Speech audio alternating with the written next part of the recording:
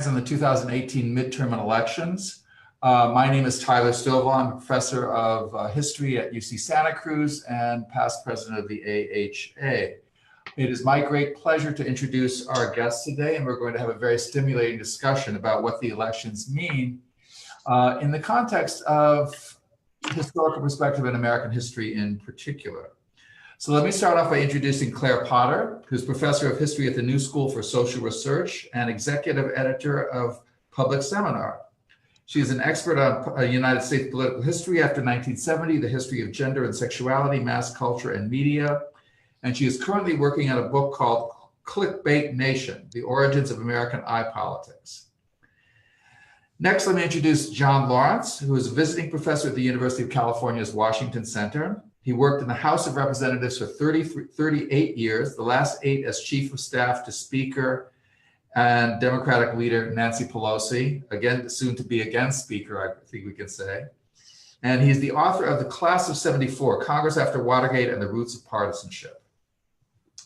Next, we have Heather Cox Richardson, who is a professor of history at Boston College. Richardson is a noted scholar of 19th and 20th century American political and economic history. Her most recent book, To Make Men Free, A History of the Republican Party, has been widely praised.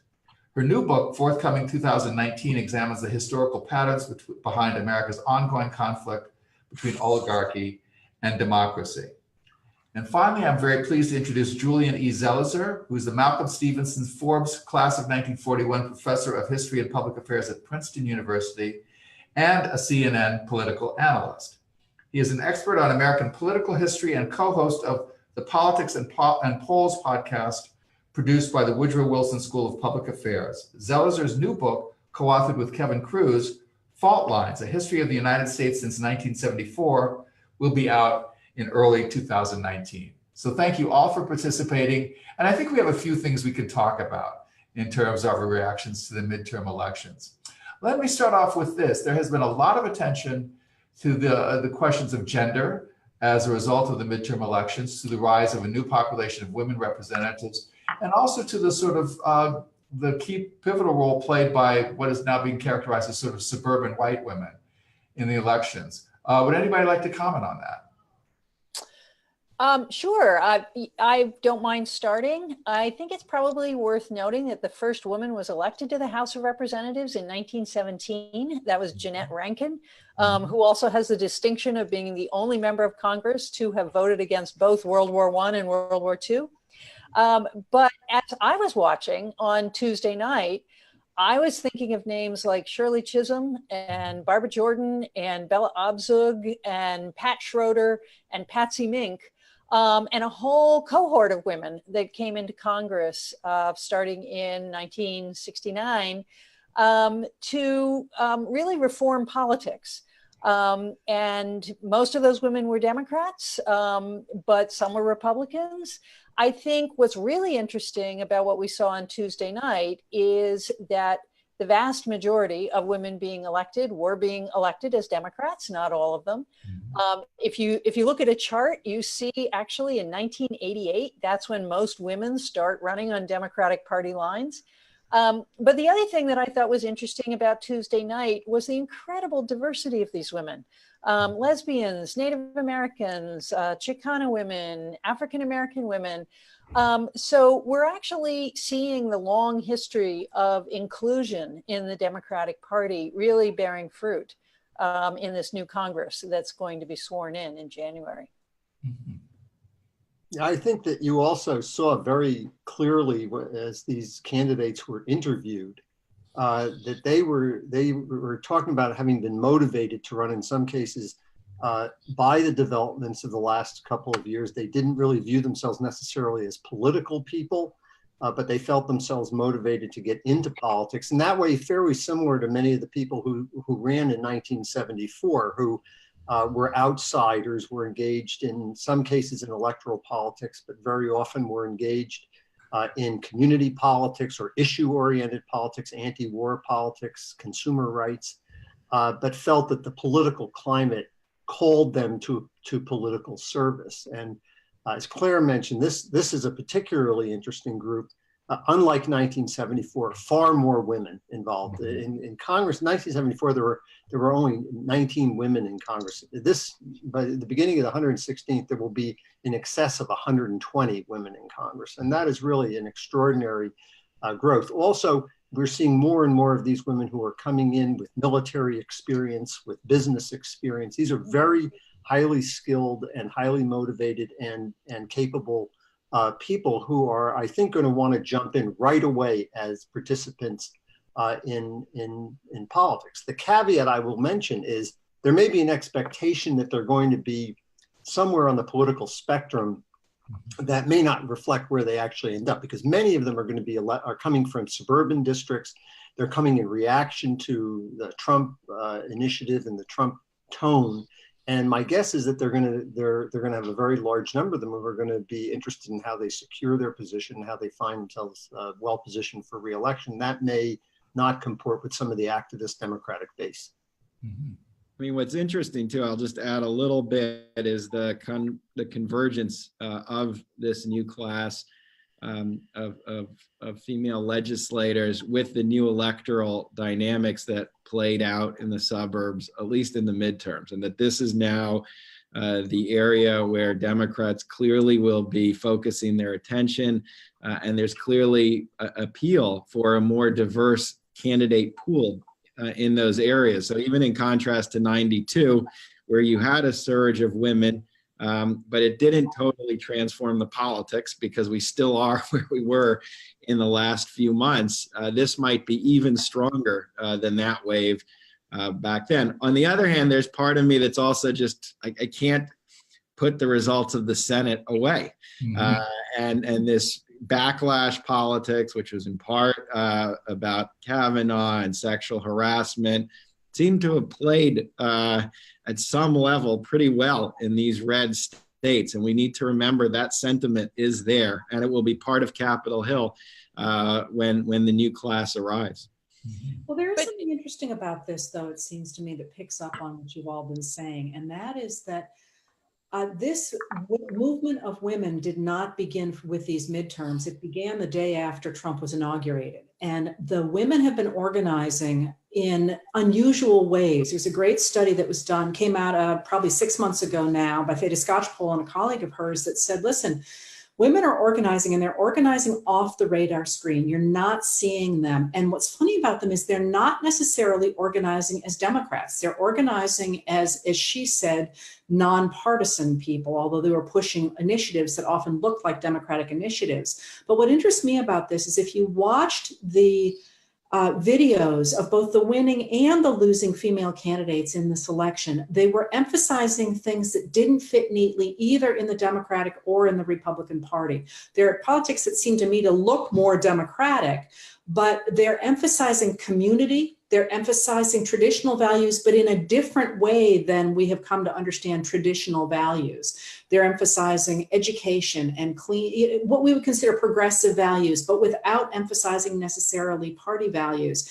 And that strikes me as being something that I think is the most interesting thing about this midterm. And that is that it looks to me very much like the chaotic period before the Civil War, when popular dislike of government kicked up all kinds of new movements, and how they were going to come down, rather like throwing the cards all up on the table, how they were going to come down was not immediately clear. So we've got all these new women in Congress, we've got people of color in Congress, we have all these movements out in the streets, but what they're going to look like in 2 to 4 years seems to me to be still quite unclear. And it's a very exciting time as well as a very frightening one. Well, I agree with you, Heather. And I think one of the things I would look at is, just speaking to Julian's point, Heidi Heitkamp losing her seat and Claire McCaskill losing her seat. And on the one hand, these have always been tenuous seats. On the other hand, one of the things I am concerned about is that in the Senate, women are less willing to support moderate women. And that they want to support the Elizabeth Warrens, but they really have no appetite for moderate women who have traditionally actually bridged the divide between the parties. You know, in the Senate, all the women meet every week. They have lunch every week. And that's where a lot of things have often gotten hashed out.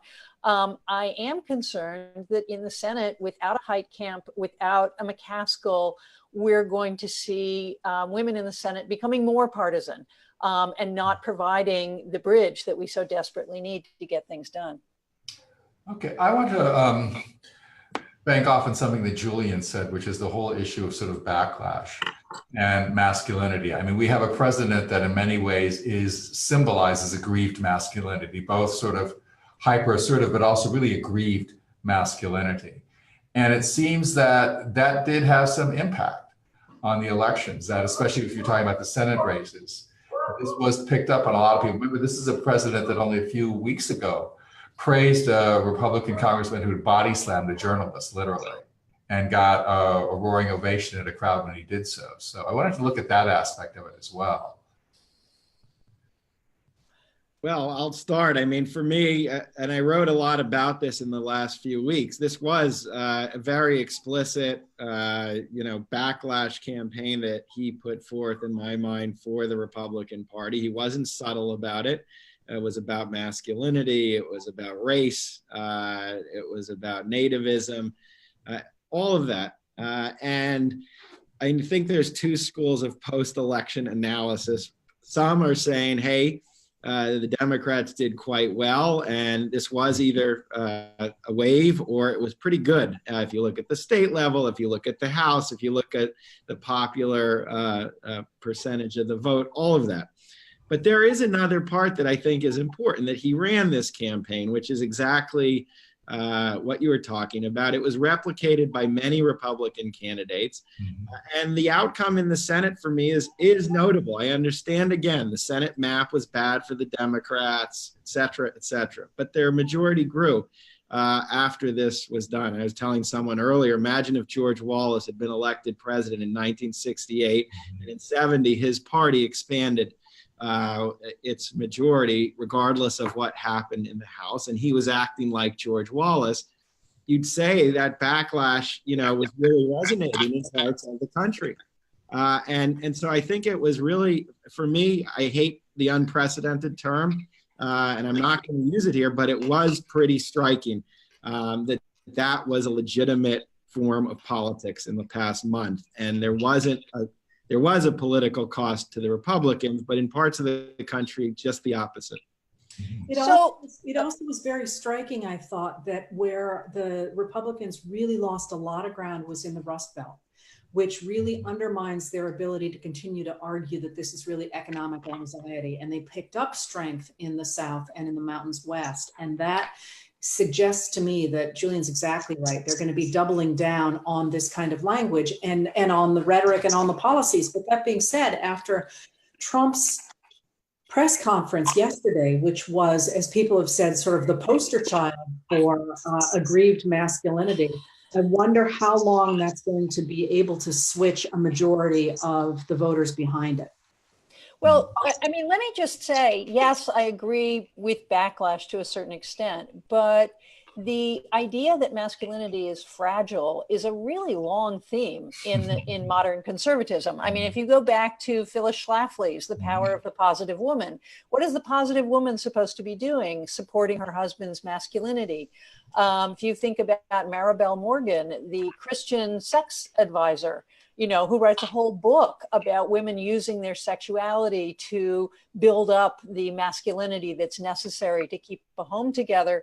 Or Christina Hoff Sommers, who has been beating this drum for 2 decades. So it seems to me that the Trump administration has weaponized a fear of masculine loss that has really been around since the 1960s. And that weaponizing it is, they've been able to do that because actually there is a strong current of belief in this country that not only resists feminism, but sees feminism as an agent of undesirable change. And that's, 40 years old. I agree. If I could just jump in for a second, I agree 100%. I mean, my view of him is he taps into these elements of the electorate, not just on masculinity, but on xenophobia, race, and he is comfortable with this part of the electorate. I don't know. Again, I always say I don't know what he believes, but he's certainly willing to play around with this. And it is deeply rooted. People act as if this is all surfacing now. It's a 4-decade or longer, as we all know, backlash against trends that have been brewing. And that's why it's potent, and that's why it's powerful, even with the changes going on in this country. Well, and who was the first mainstream conservative to come out and support Trump? Phyllis Schlafly. You know, and her family practically had her institutionalized. Right. Let me turn to the question or questions of immigration and race, which also have loomed very large in this election. We had an election season that was in part playing out against the backdrop of this migration of thousands of people from Honduras north into Mexico. It also played out against the massacre in the synagogue, which was targeted against a Jewish group, the Hebrew Immigrant Aid Society, that was seeing itself as aiding immigrants. And the shooters directly referenced that in his acts. So I wanted to just talk about this and how this played out in the elections. We also had major candidates, a multiplicity of very diverse candidates, some of whom won, some of whom did not. And perhaps we could talk about that as well.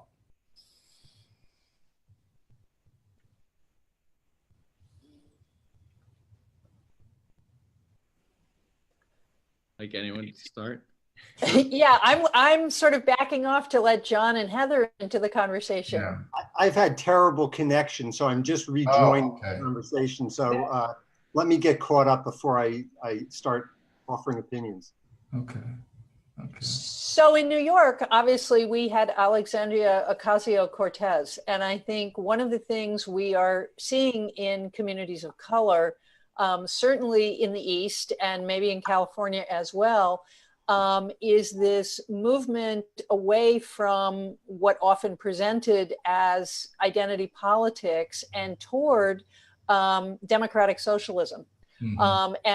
And Heather, what you said about women starting to organize the day after the election, democratic socialists did too. And, you know, democratic socialism was really very fringy until Trump got elected. And immigrant communities and communities of color, women, old lefties have been able to come together in this arena to iron out why social justice and civil rights are not just a matter of identity politics, why they are actually core to the America that we all hope to live in. And it has become a very effective contrast to the nativism of Trump. And they can talk all they want about not being a racist party, but the point is they're a white party now, more or less. and it is the Democrats that have found ways to organize communities of color in ways that I think are refreshing the party. I think that's really true. And it is striking the degree to which previously Republican and always conservative commenters and commentators have come around behind the democratic socialist imperatives or around progressivism. I do think that Tyler's point about the power of anti-immigration rhetoric is still there. And I have been fascinated by the degree to which Trump used this concept of a caravan quite deliberately to turn out people at the polls, and then also completely dropped it the minute the election was over. And that divorce between his apparent marshaling of forces through a hatred of immigration seems to me to be at odds with the polls that suggest that more than 70% of Americans actually think immigration is a good thing. So again, I'm very curious as to how long he and his supporters, because he owns the Republican Party now, no matter how you slice it, he is the Republican Party. That's what the midterm showed us. How long they're going to be able to continue to marshal power by relying on aggrieved masculinity, sexism, racism, classism in a sense, and also nativism that really doesn't resonate with anything but a very small base of people. And I think we're in for a really rocky 2 years, is that he keeps trying to marshal people behind that while more and more people turn against him. I'm not sure I agree that that's a small group of people. I think the election results suggest that it's a very significant group of people, and it's present throughout much of the country. I'm a little more cautious, I think, about reading these election results in terms of what it tells us about left politics or democratic socialism. You know, a lot of the people who were elected, in particularly a lot of in the suburban districts, they're elected by very, very narrow margins. And I think that I would guess, and I think we'll have to wait to see some of the post-election polling to be clear about this, but my guess is that this was very much a reaction against Trump as opposed to an endorsement of a specific set of policies. And the necessity was broadly felt throughout the country that somewhere in the government there needed to be a check on the kind of unrestrained extremism that people have experienced over the last couple of years. But I don't think that it remains to be seen just how much of a mandate it is for any specific set of policies. It's important, I think, to note, of 39 of the Democrats who were elected with less than 55% of the vote, which only comes down to a few thousand, and 23 of them less than 52% of the vote. And I think that there's going to be a lot of necessity in the formulation of the policy questions that are brought before the House to take into account that the Democratic hold here is tenuous, and it's tenuous in part because I think a lot of these people were not elected necessarily on the basis of their own political platform. They were elected because they presented a contrary view and a check to Trump. So I'm cautious about picking out a few cases and then applying them more broadly, because I'm not sure that's really what was going on with many of these decisions to either oust Republicans or turn open seats over to Democrats. So, John, I'm going to say something kind of extreme that I hope you disagree with if you think I'm wrong.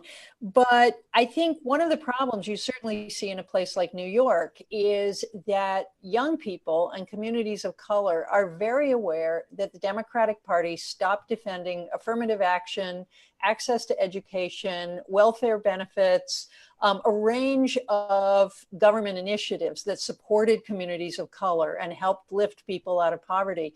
They stopped supporting these things back in the 1990s. And in fact, the support for the Clintons, either tacit or explicit, for mass incarceration really decimated some of these communities. So one of the things we're seeing in New York is that parties like the Democratic Socialists, the Green Party, the Working Families Party, are operating on a sort of old-fashioned kind of fusion politics that was really more typical of New York back in the 1860s and 1870s, in which these third parties who can't elect anyone on their own can nevertheless get people to the polls and broker agreements with the local Democratic machine.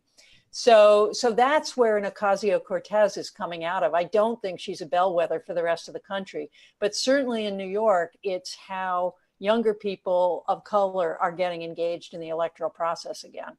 But you know, let me say, to my mind, she's a very important bellwether for this reason. And I would also push back, John, although I think you're absolutely right about the fact that the whole election was about checking Trump. I know a lot of people who voted for Trump in 2016 who voted straight Democratic tickets this time around, saying, I'm a Republican, but this is out of control.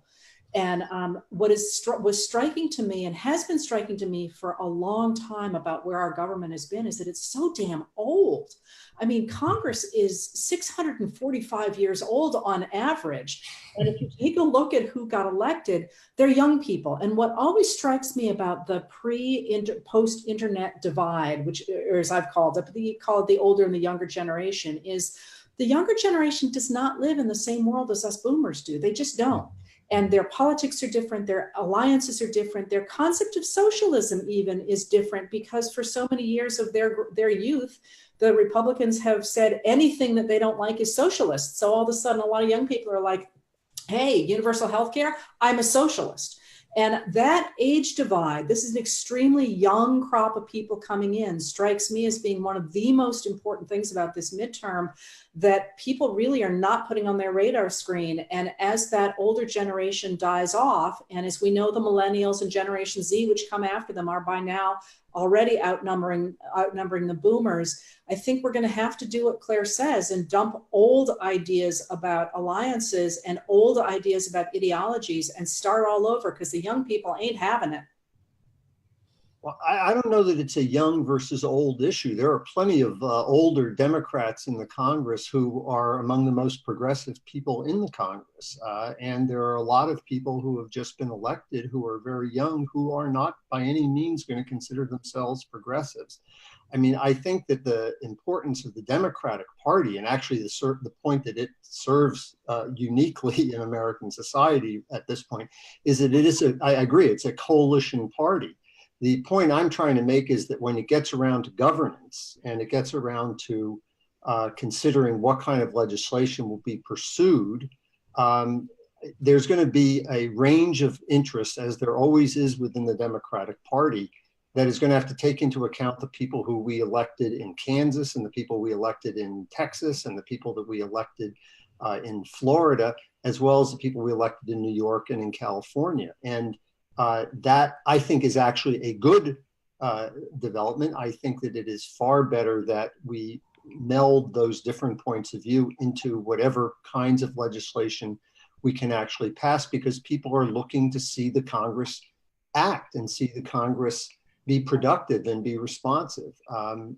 The part, you know, we always say you campaign in poetry, but you govern in prose. And that's because when you get together and you've got dozens of people, you've got to figure out how to make them work together. I think it's terrific to have Ocasio-Cortez, but I also think it's terrific to have some of these business people or veterans who are there because they're saying we're also getting ignored, and our interests are being ignored because Trump is fascinated talking about racism and caravans, which have nothing to do with my life, you know.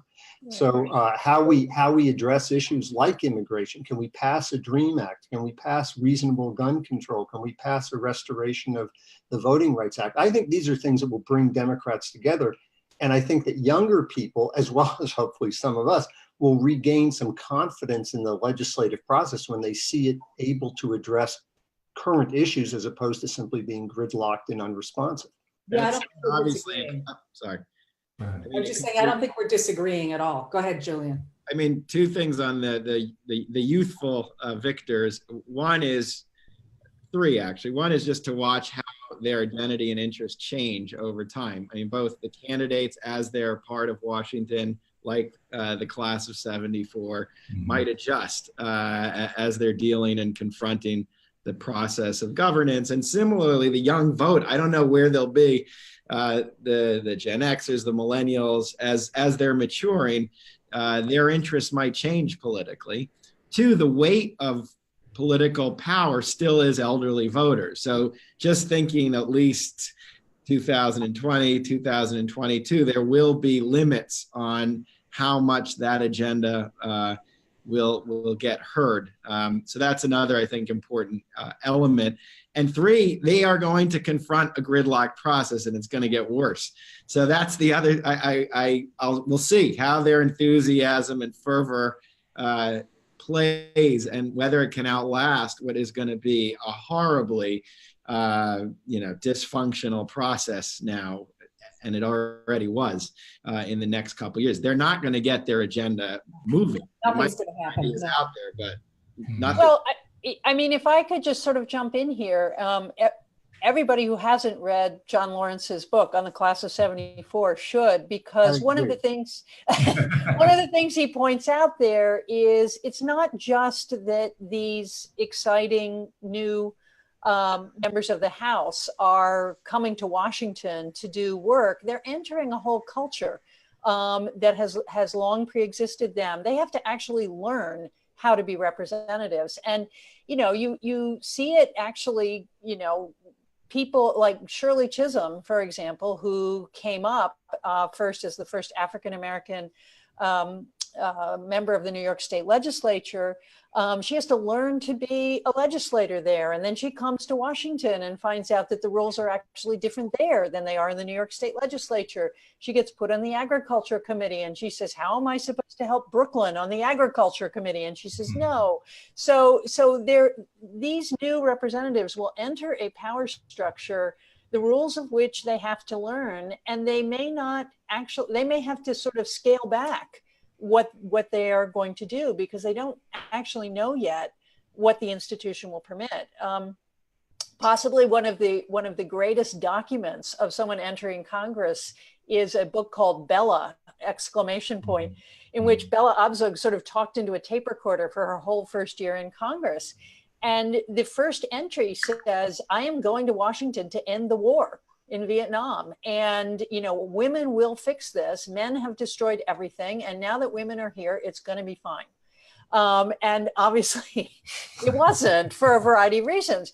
But John's class of 74, encounters a seniority system that they can't budge until Wilbur Mills jumps into the tidal basin and Wayne Hayes gets uncovered literally in the Washington Post and so on. So it'll be interesting to see, how these young people encounter the culture and what they are able to do to change it.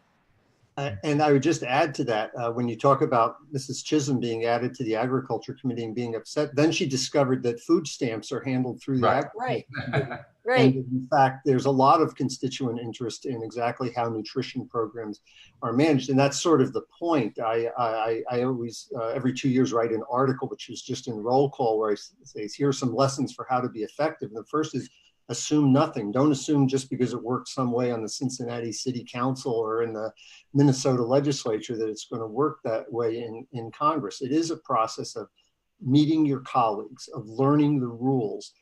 And it's not just a question that the system is wired against you or your views. It's just you obviously have a lot of other people who come with a different set of views and a different set of experiences. As Mrs. Pelosi likes to point out, if we don't have 218 votes, we're just having a conversation here. Ultimately, the idea is to pass legislation. And in response to Julian's part about gridlock, I think the asterisk on that is that Democrats in the House are going to have to produce legislation. If it stops in the Senate, then voters can hold senators accountable. If it's vetoed at the presidential level, they can hold the president accountable. But what Democrats cannot do, having gone to the public and complained about the inactivity in Congress and the unresponsiveness to urgent issues, is to be unproductive. And so they're going to have to learn to reconcile the great diversity of views that is the Democratic Party and produce legislation. Okay, I want to bring in a question that we've gotten from Liz Simpson. She asks, do you find it new or of importance that most Democrats interviewed after the election have said that their main goals were to investigate President Trump in one way or another, rather than discussing legislation that would more directly benefit the voters who elected them? Well, I'd like to know where those interviews were. I mean, I'm sure that among many people, they would like to see these interviews. My concern is I think that's a bit of a briar patch that President Trump would love to invite Democrats into, because it serves his purposes to have Democrats fighting about subpoenas and fighting about impeachment and not focusing on issues of healthcare, of education, of jobs, of income equality, of global warming, of a whole host of issues that are really the urgent policy issues. I think we have to go on two tracks. To me, it's no coincidence that the day after the election, he fires the Attorney General and installs someone who is an avowed opponent of the Mueller investigation. He knew that was going to excite Democratic criticism. The prospective chairman of the Government Reform Committee and the Judiciary Committee have already talked about, sent letters saying don't destroy any record. They want to draw us into that highly polarized, highly partisan fight.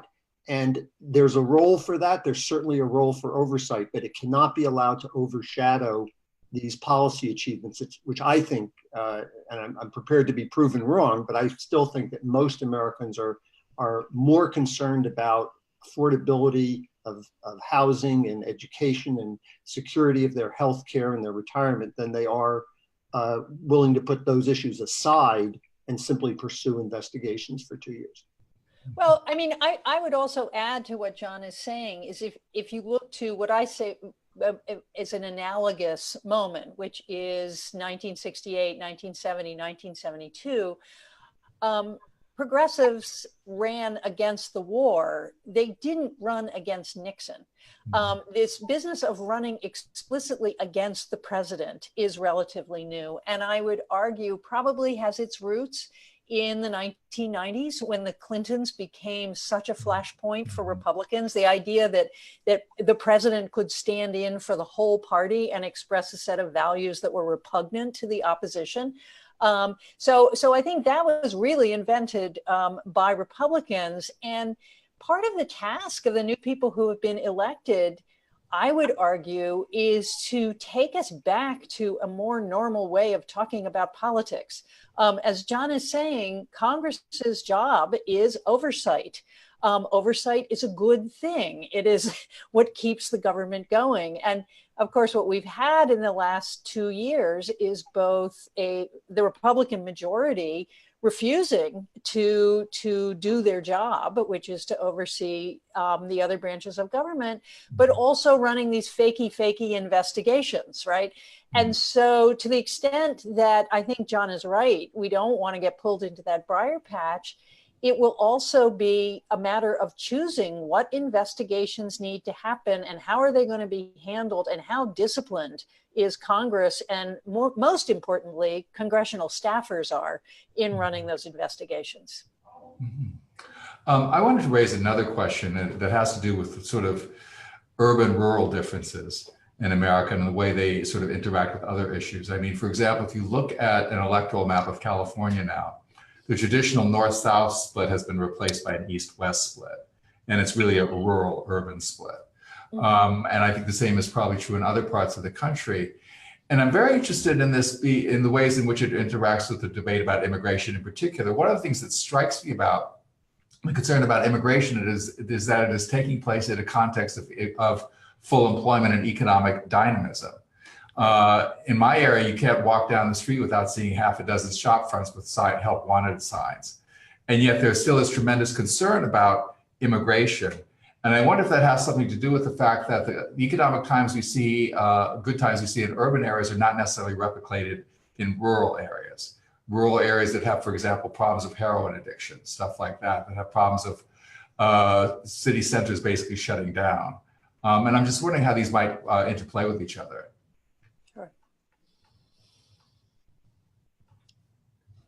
I mean, I'll start. It's hard for me to disentangle how much of this is either from difficult economic times in rural America, despite national growth and despite the robust economy in many parts of the country, how much it's about the fragility of economic growth in our era, where even if there are those signs and even if people have jobs, the kind of stability that decades ago was more widespread is gone, and so you can be anxious even if you have money and a job, and that can be a play.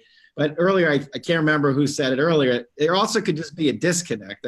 I mean, meaning this really could be identity politics that isn't so connected to economics, and good or bad, these feelings are out there, and that's why this kind of rural-urban divide has really solidified in the past couple of years, when the president has explicitly made this his argument to rural America. And so, I don't know. I mean, I think the Republican Party has to really, this is now their base, and so we've been talking a lot about the Democrats, but really an equally important story is the party that controls the White House and the Senate and will be competitive in 2020.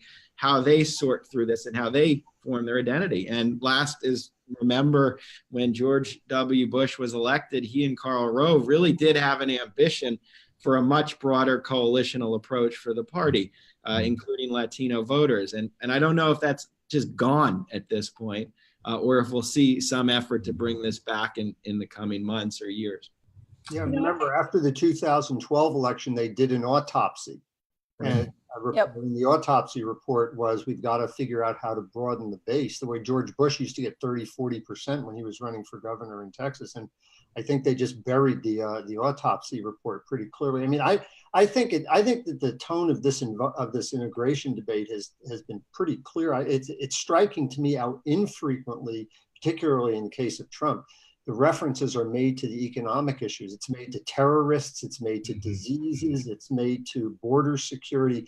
I think at this point, it's really sort of exciting the most base racist fears. And I don't really think it's tied. It may in a subconscious way, but I think you're going to find a reaction that even among people who don't view it as necessarily an economic threat. I think it's a view to, it has to do with white hegemony and the fears that are being stoked much more than it does that these people are coming across the border to take my job. And that, and in many ways, much more ugly and revealing bias that's part of this immigration debate. Well, you know, I also think there's another difference that sort of cuts across urban rural. We haven't really talked about education, but if you're very educated, you're voting Democratic. If you're not very educated, you're voting Republican. Or at least if you're white, that seems to be the divide. And I think, you know, what we're certainly seeing on the East Coast is that the energy in the economy is in tech, it's in finance, it's in a range of jobs that you actually need an education to do. Where's the energy in working class jobs? Well, it's not very nice. It's in for-profit prisons, it's in the military, it's in the border patrol, and so on. So what we're seeing is a kind of, and I hate to use this word because it sort of reverses its real meaning, but a weird segregation in the economy where we are creating these very broad sectors for uneducated people, making it very difficult to become educated in this country, and putting all the money and energy and mobility into these new fields, these new dynamic fields where you actually need a lot of education to compete successfully in them. You know, I'd like to contribute a little bit to this because this is actually where I live, is in the rural red country. And it is my sense, and this I'm not studying as a scholar so much as living part of it, is that it really is the adherence here to Trump really is about identity politics. In fact, there was a long time in the 70s and in the 80s, especially, where jobs were hard to get here. It's why I left, were hard to get. And the jobs that were there were not good, especially for women. The reality now is people are desperate for workers, and the money is good. But there has been stoked this sense that somehow, if you don't have an education, if you're a white guy without education, that you're not as good. And I attribute that really quite directly to Pat Buchanan under Nixon, who tried deliberately to do this. He said, you know, let's convince people that there's this elite group out there that looks down on them. And I was talking about this just the other day to somebody who was talking about being looked down. And I said, you know, it's funny because I live in those circles too. And I've never once heard one of these elite people talking about you the way you say they talk about them. And you look at Buchanan coming up with this strategy in 80, you look at Spiro Agnew in the midterms of 1970 saying quite deliberately, I'm out here to divide the country. And I think I did a very good job about it. I actually think that there is a lot to be said for what John says. This is, and Julian, we're saying this is about identity politics, and it is a loss of status, the idea that somehow women and minorities are coming for my job, despite the fact there are no minorities here, I promise you. Right. So I think it's psychological as much as economic. There are economic issues here to be sure, but I do think you have to look back to this deliberate strategy on the part of the Republicans after the 1968 publication of the Republican majority book, to say if we just divide people and gather our peeps to us, we're going to be able to win. I think we're living with the fallout from that.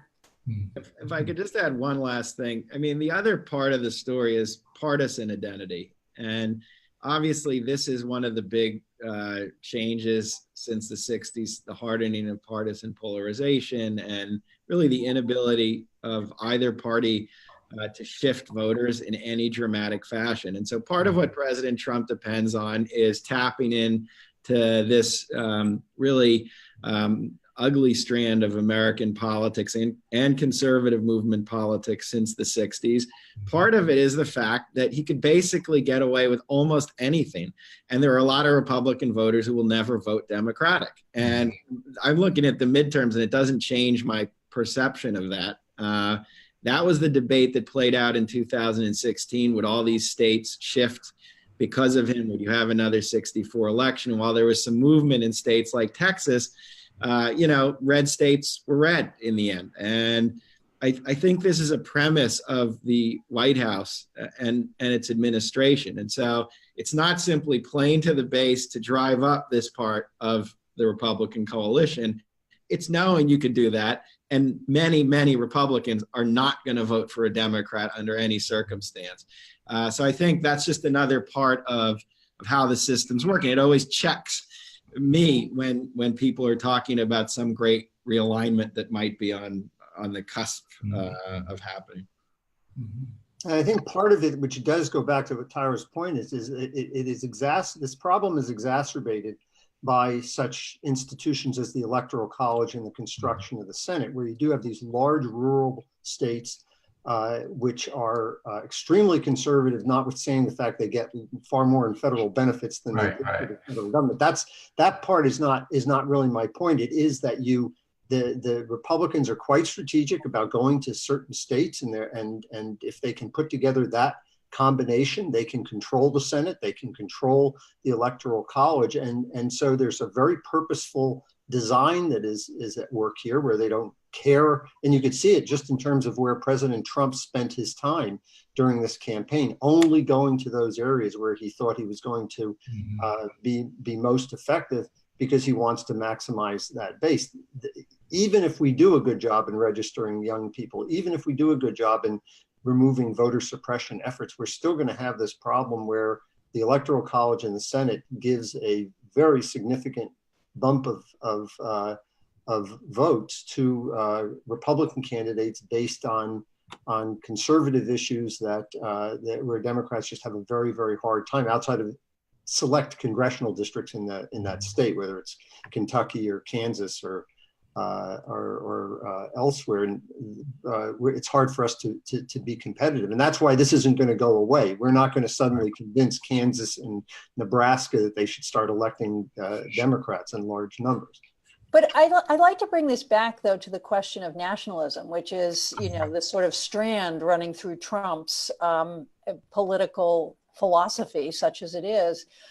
These rural areas are by and large where we are getting the volunteers for our all-volunteer army. And if you think of the popularity of J.D. Vance's Hillbilly Elegy, which is a book I really don't like very much, but one of the central themes there is, I sort of clawed my way out of this place by joining the military. What he doesn't note is that the military is actually the chief engine of the welfare state now.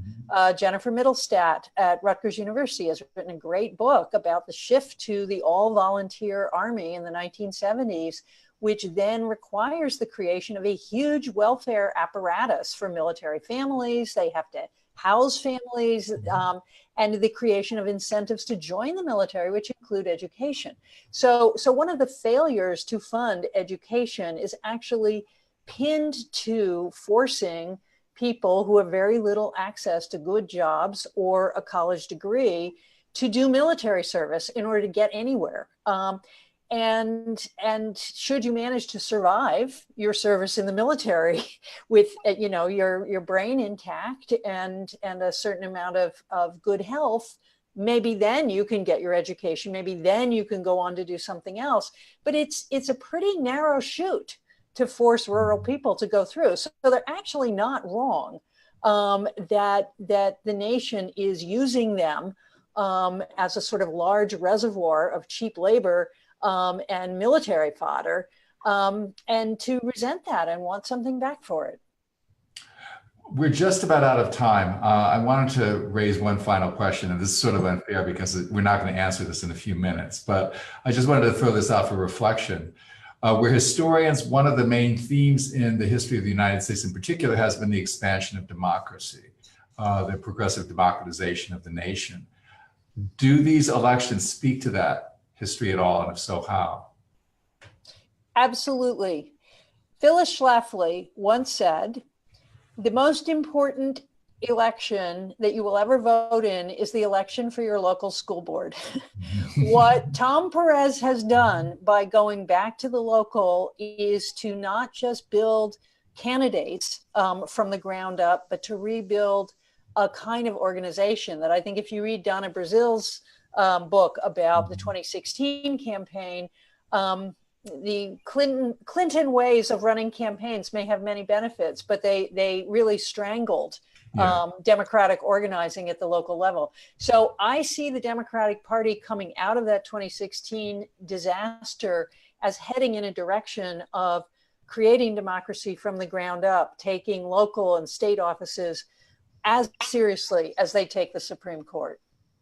I'll jump in. I agree. And I think actually, in some ways, Republicans have done that in the past few years. They've taken the local very seriously, certainly since 2010, but back to the 70s. But I see the election, both pulses of democracy are there. So all the books about American democracy, Carol Anderson and Ari Berman, and Alex Kasar talk about, on the one hand, this push and drive for expansion. And we saw some of that in this midterm. We saw it with kind of state decisions such as allowing the felons referenda in Florida. And we saw it in the turnout, which is simply the best expression of the Democratic will. On the other hand, these voting disenfranchisement measures, which really are in place in a large number of states now, and I assume they will not be dismantling those anytime soon. And you saw how aggressive they're being used in Georgia. That other aspect of our democratic history was really at play as well. And now with the Supreme Court as it is, there won't be a lot of legal capacity to overturn that. So I think for me, the election, it didn't go in either direction. That clash really played out in 2018.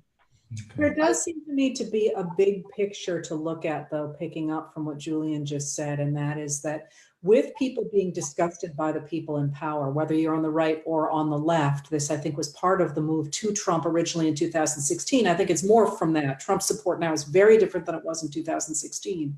But with that disgust of people at the upper levels, people are organizing at the grassroots. And that, I think, is why we're seeing this extraordinary expansion of voter suppression really began in 1998, because they know, the people who are in power know they got a real problem coming up and through. And we're having that fight right now about control of America. And as I say, I find it horrifying, but also extraordinarily exciting to see what's going to happen in the future. Okay. I would say that one of the messages coming out of this election that should bolster people's confidence is just how many people ran for office and won office who by any standards in past years would not have been credible candidates. They're able to do it in part because they're less dependent on a party organization. They can raise money on their own. They can put together grassroots organizations. They can communicate at very low expense. And so you have people for whom the barrier to entry has really been reduced, and they're able to go to their constituencies and they're able to go to their neighbors and make that case. We've seen it not only in the election of this very large number of first-time office holders to Congress, but Democrats won back, I think, something like 300 state legislative seats and won back 7 governorships. As Julian mentioned, there were these referenda that passed having to do with a variety of issues, felons, but also expansion of Medicaid in some very conservative states. So I think, it's not, it's not at necessarily at the pace that anybody would like, but in a relatively short period of time, we've seen both the technological capabilities and also the individual decision-making that's empowered a lot of people who, just a few years ago would never have had the ability to say, I'm running for office, I'm going to do this, and 2 years later find themselves, with their hands on a Bible, taking the oath of office for a public office. So that's really encouraging, I think. Can I pick up on what John was saying about pace, which is, and I speak as somebody who supported Bernie Sanders in the primaries in 2016, but I think, one of the worst things he injected into our electoral process was the word revolution, because democracy is not actually about revolution. Democracy is very slow. And as educators, I think one of the things I feel very committed to is talking to young people who want things to happen fast, who are necessarily impatient. And this is why there's so much energy in public demonstrations and so on. But democracy itself, the process of voting and campaigning and getting your people to the polls and choosing candidates, is a very, very slow process. It's not a revolution. It is reform. It's something else. And I think that's really, for me, the historical lesson. If we go back to that, we're going to get somewhere. If we keep waiting for things to turn around tomorrow, we're not going to get anywhere. Okay, well, I think on that, we're going to have to quit. Let me just note it by way of ending that in 2 years, we'll be looking at not only a presidential election, but also redistricting. And the fact that both are coming in 2 years is a really important issue.